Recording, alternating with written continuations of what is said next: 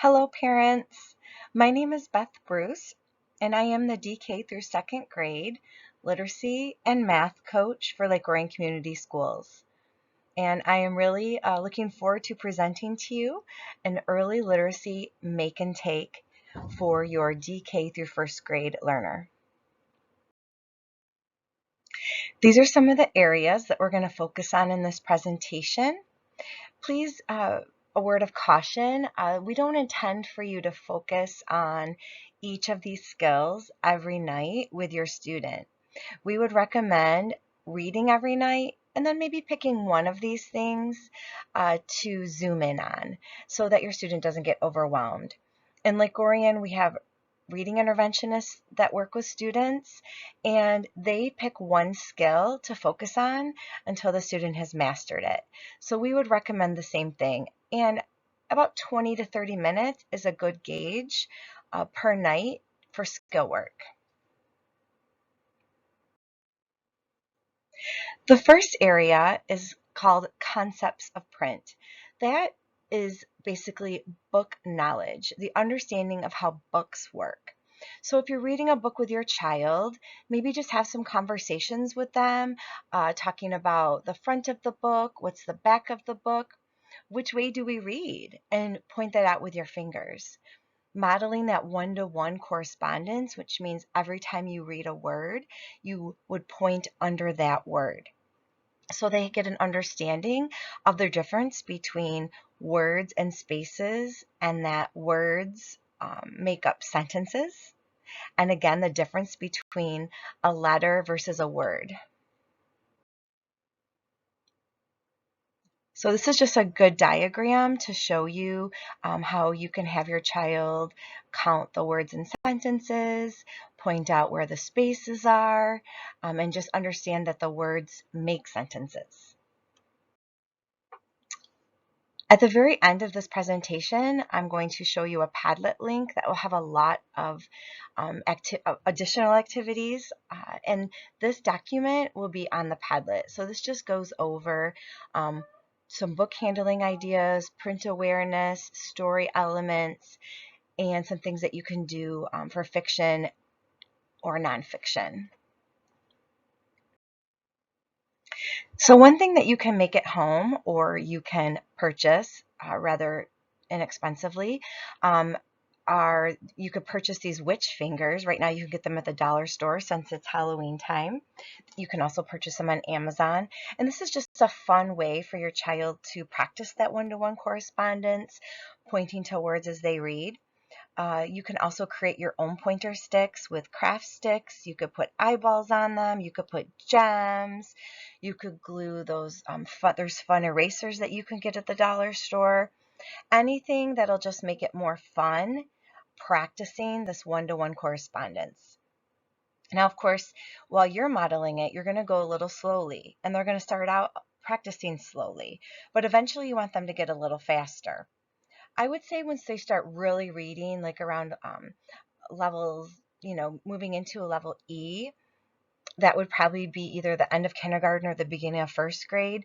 We do want them to take their finger out of the book and practice reading with just their eyes, right? And then we want them, eventually they'll start scooping words together to make phrases.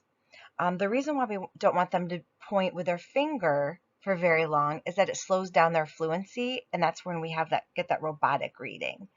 We do tell kiddos it's okay to put your finger in the book when you come to a tricky word and just kind of pause there, figure out the word, and then take your finger back out of the book. So it's really important to understand the difference between phonological awareness versus phonics. Phonological awareness is really the ability to hear the sounds in words, the parts of words. Phonics is when you put it onto the page. Letters would be phonics. Hearing the sounds would be phonological awareness. So it's really important that our students have this phonological awareness piece in place, or because phonics instruction will not make any sense. Many times, sometimes we see students come to kindergarten already reading. And you may think, well, that's amazing, that's great. Well, sometimes it can be troublesome if students have missed important phonological awareness pieces, such as rhyming. If rhyming is not in place, then we notice oftentimes in third grade or fourth grade where they have trouble spelling. So we want to make sure that we follow this important trajectory where the phonological awareness pieces are in place, and then we can start working on reading. Rhyme is a very critical phonological awareness skill. And this is the ability to hear the rhymes in words, and also the ability to be able to provide a word that rhymes with another word. So if we were to ask a child, does cat and hat rhyme? We'd want them to be able to answer yes or no.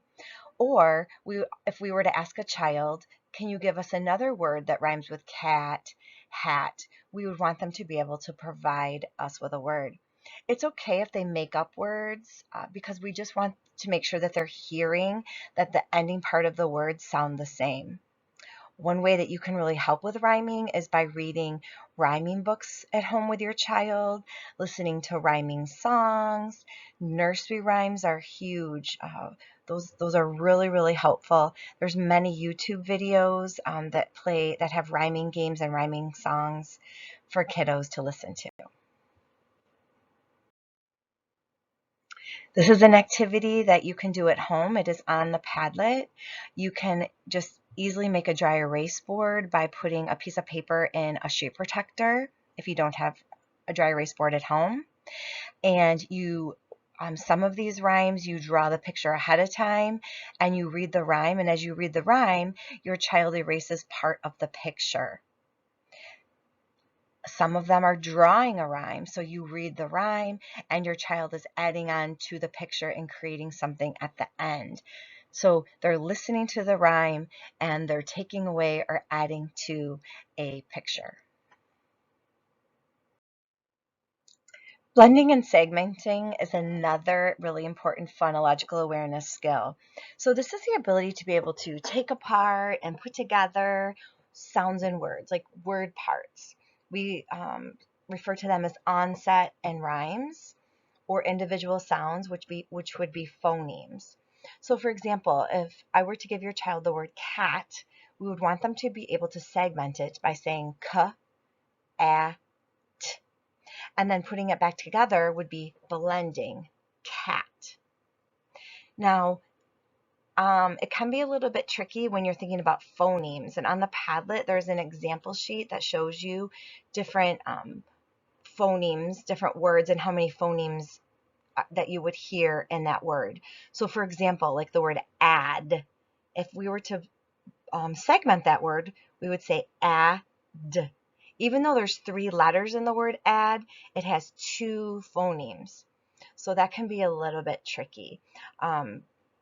But one thing that you can do that you could create at home is if you have a pipe cleaner and some beads, or you can use noodles, or you could use like Fruit Loops or Apple Jacks, the round cereal, is by having your child move the piece every time they hear a sound in the word to blend it. So book, b, k, and then put it back together, book.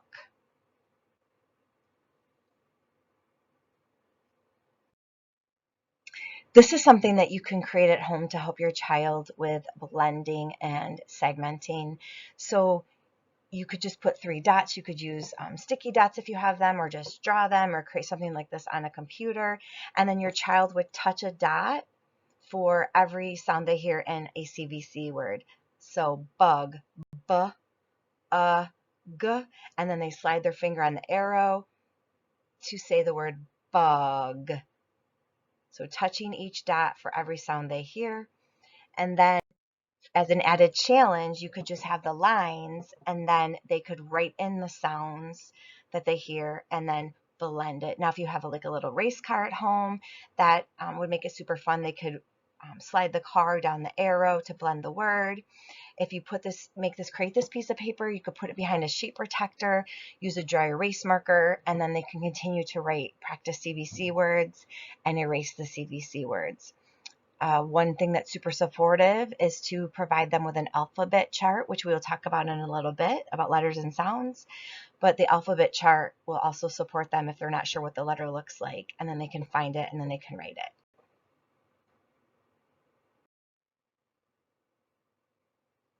So again, like I mentioned, using a race car makes it really fun. Saying the sounds in the words, and then blending the word together.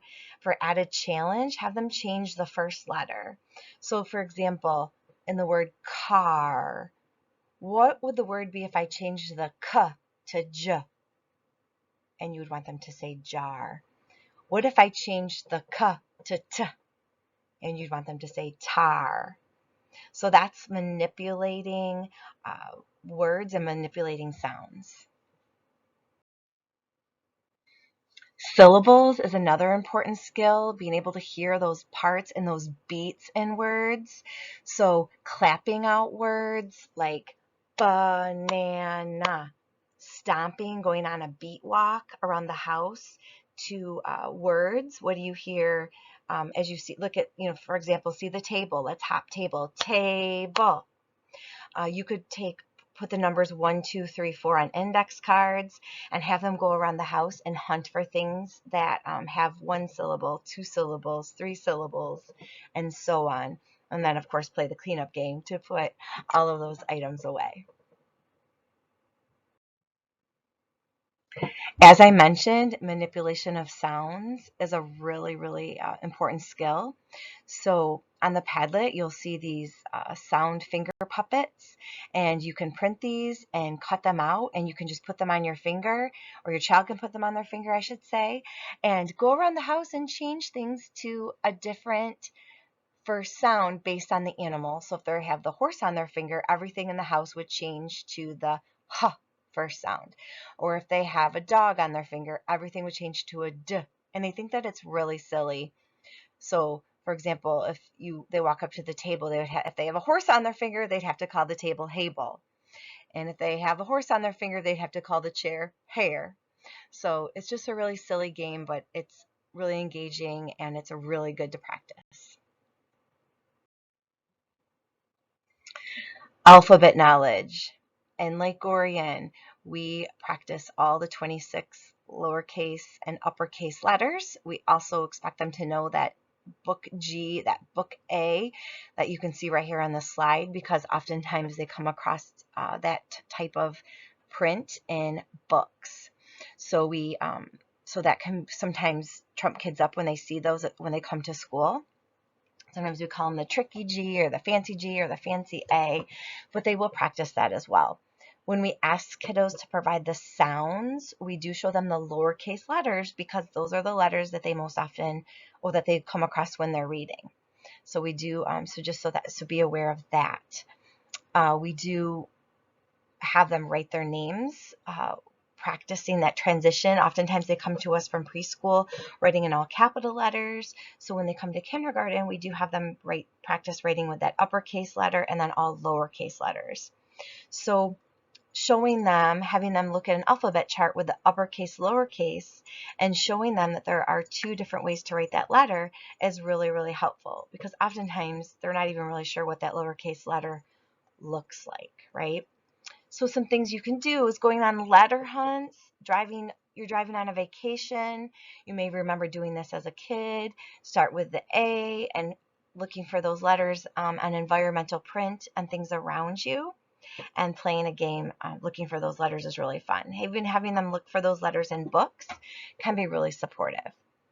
The Letter Factory, the picture that I have on the slide, is a really, I really do love their videos and their products. You can search the Letter Factory alphabet video on YouTube, and that's just a really catchy video that can be really supportive of helping kiddos learn their letter sounds. Their letter sounds are really more important than knowing the letter names, because they really need the sounds to be able to read and to write. But they do come simultaneously. If you're going to work on the letters, you might as well work on the sounds at the same time. Here's something that you can easily make at home just by using some cupcake liners. And then this picture shows using lima beans.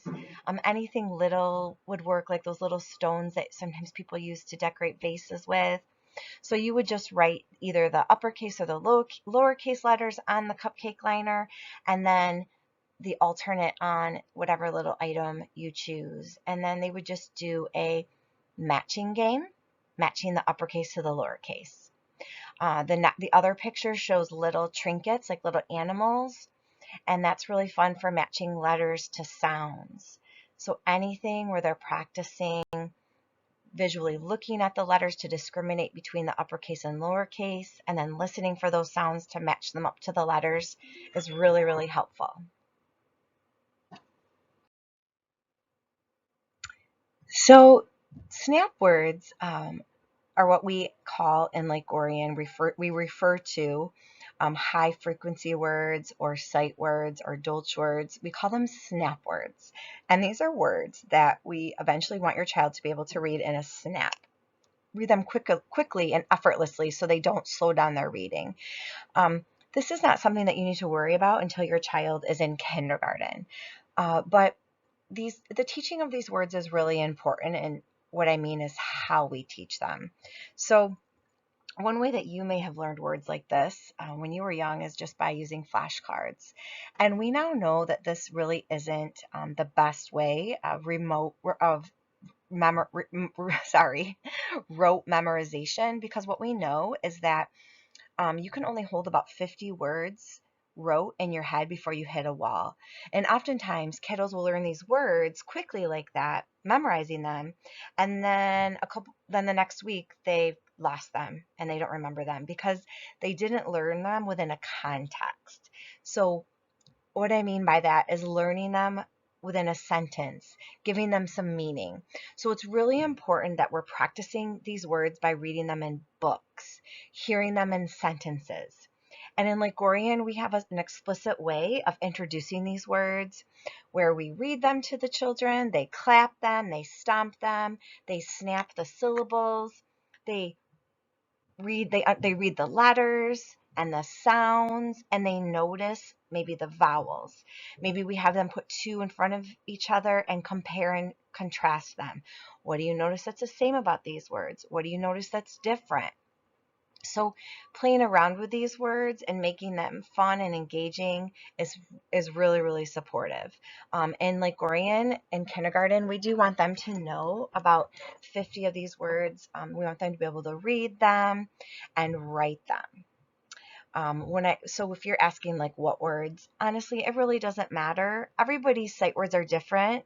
So some kiddos know their name and their dog's name and the word mom and dad. So other kiddos might know soccer and dance. So everybody's words are a little bit different. But understanding that these leveled books that your child reads in kindergarten are full of these high frequency words. And we want them to become sight words so that they can read these books effortlessly and smoothly. So on the Padlet, you're going to find some activities and some ideas, ways to support this snap word learning. This is just one where you write some words on a balloon and you toss it back and forth, basically, and whatever is closest to their hand, they read it. But the key is that they say it in a sentence. That's giving it some context. This one is just using a dice. So you would give them a word, and depending on what they roll, if they roll a 1, they would clap it. So thinking like clapping the sounds of it, they could clap the syllables, because the shape of the word is like writing the word out and then drawing a shape around it. And that just helps them with the visual memory of it. It's like making a map of the word. So oftentimes once they do that, they can picture the word by the shape. So just having them practice drawing the shape of it is helpful. Writing it on an index card and then cutting up the letters. And then so number 3 would be break it apart. So they mix up the letters and then put it back together. Number 4 would be to say the word in a sentence. Number 5 would be to study the sounds of the words, say each individual sound. And number 6 would be to count the letters in the word.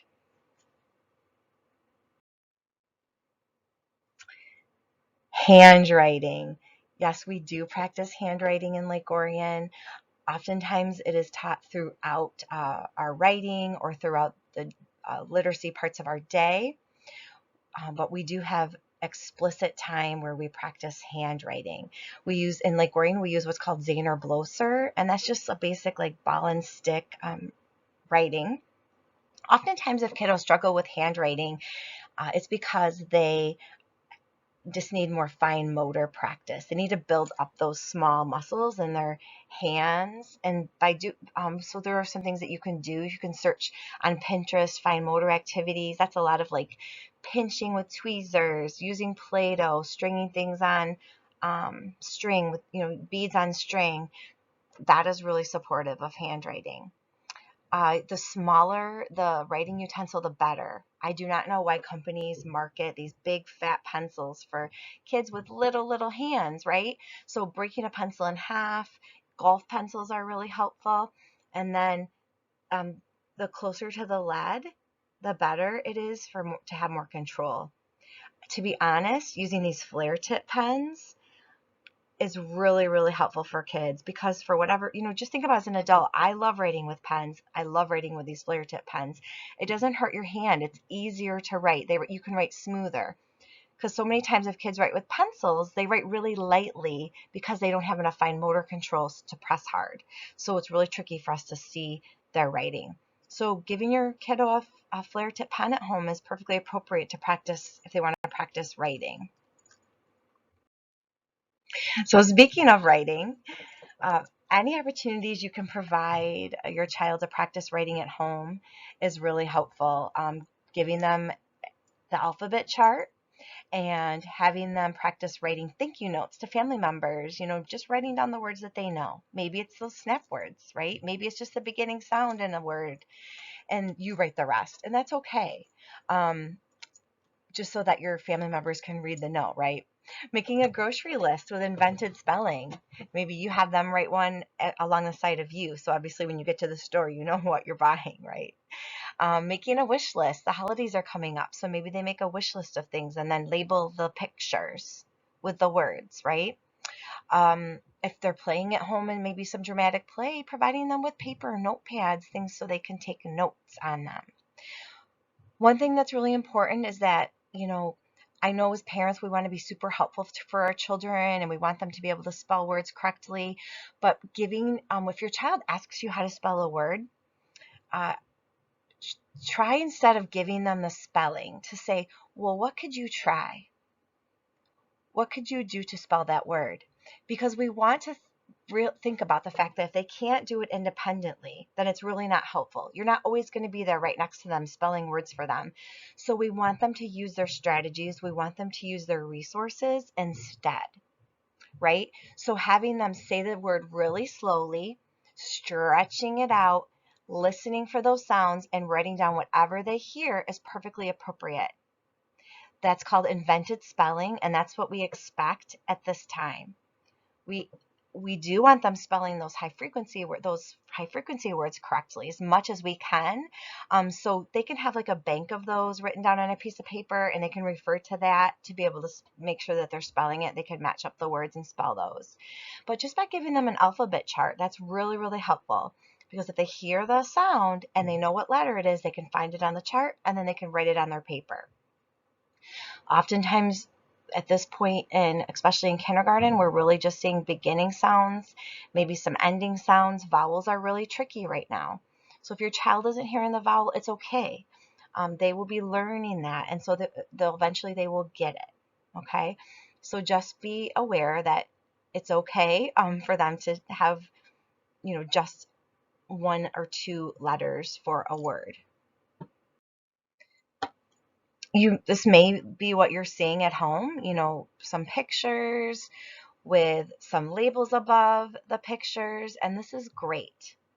This is what we expect to see, and then eventually what happens is they start to understand that these words can get pulled down to create sentences. They can use those small little words, those high frequency words, and pull them down into their sentence using these labels. So for example, if your child is writing, labeling this picture of a horse or an elephant, they can say, I like the elephant. This is my horse.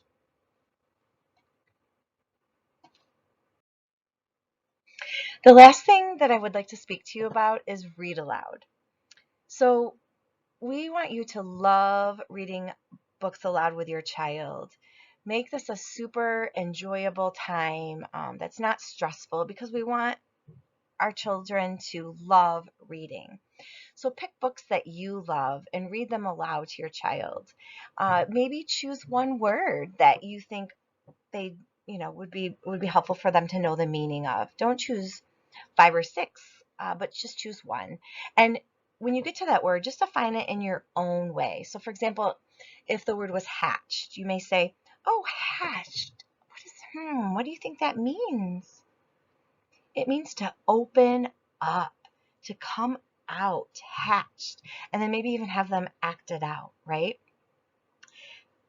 And then by building a way to support building background knowledge would be, instead of reading one book on a topic, say for example, ocean animals or fish, read 3 books on ocean animals or fish. And that really helps build up a nice solid base of a topic of a background knowledge for your kiddo. So oftentimes your kiddos may come home from school with a big fat nonfiction book, and you think, oh my gosh, we have to read this whole book tonight. But that's not true. Just have them pick one page or go to the table of contents and pick one section. And remember, in nonfiction books, your child can learn from any part of the book. They can learn a lot from the picture. So even just going to a picture and having them use oral language to talk about the picture and do some noticing. What do they notice? What can they learn from that picture? Comprehension is really important as well. So that can be really tricky for our kids when when they come to school and they're used to just answering those literal questions that are right there in the book. But think about those open-ended questions too, like asking them things like, well, what did you think about that? Or why do you think the character felt like that? Or how does that make you feel? And if you model those types of questions and respond to them, then that'll in turn support them with being able to answer those types of questions. And this graphic just shows the importance of why reading every night is really important. And we're just talking 20 minutes a night. And it just shows how student A benefits from all of these words, all of this new vocabulary that they've gained throughout the year. And then student B, who just reads 5 minutes, you can see how many words they've gained. And then again, student C, just reading 1 minute a day, and the difference in the amount of words they've gained throughout the year. So just really enjoy reading with your child, and eventually they can start reading to you.